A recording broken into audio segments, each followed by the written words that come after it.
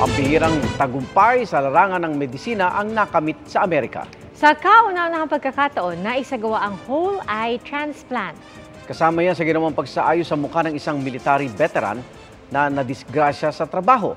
Bagong operasyon ng cornea pa lang ang bahagi ng matagumpay na dumaan sa transplant. 6 na buwan matapos ang operasyon, hindi pa nakakakita ang transplanted eye ng pasyente. Pero may mga palatandaang maayos ang lagay nito. Masaya ang surgical team sa naging resulta at sa marami pang posibilidad ng eye transplant sa hinaharap.